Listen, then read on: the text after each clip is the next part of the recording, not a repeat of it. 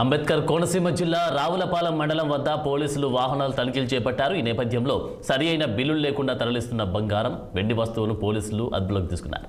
నిందితుల వద్ద నుంచి 9.530 కేజీల బంగారం, 1871 గ్రాముల వెండి వస్తువులను స్వాధీనం చేసుకున్నారు.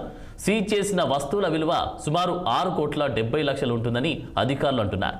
సార్వత్రిక ఎన్నికల నేపథ్యంలో చెక్పోస్టుల వద్ద ప్రత్యేక తనిఖీలు నిర్వహిస్తున్నట్లు పోలీసులు తెలిపారు.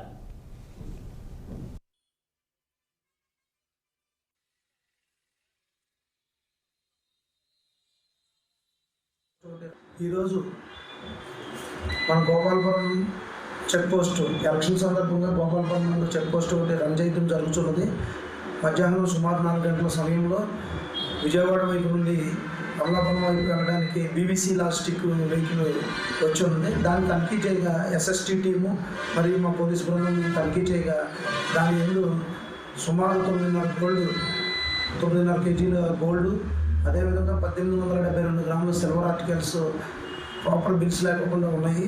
వాటి విలువ 6,70,16,362 రూపాయలుగా నిర్ధారించడం జరిగింది. సగం వస్తువులన్నీ సీజ్ చేసుకుని ట్రెజరీకి అప్పచెప్పి ఇన్కమ్ ట్యాక్స్ ఆఫీసర్ గారికి రిపోర్ట్ పంపించుకుంటాం.